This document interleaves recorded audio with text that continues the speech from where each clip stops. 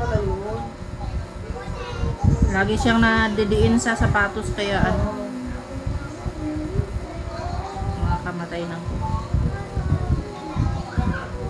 Kaning. Alap ka kapiti. Hindi yan, sa ano yan. Kasi sa loob na nagkakapasa yung kuko. Masusugat siya sa loob. Masakit nga yun yung kanina, yung pagka ano, uwi natin. Kaya parang gusto ko magpakalkad din talaga. Kasi andam ako ng sakit.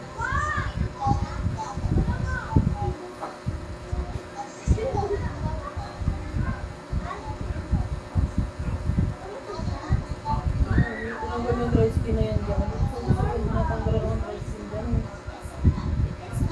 Pilit niya sa akin yung ronda. Hindi na ako umigil. Dry skin ang ano ko pa naman.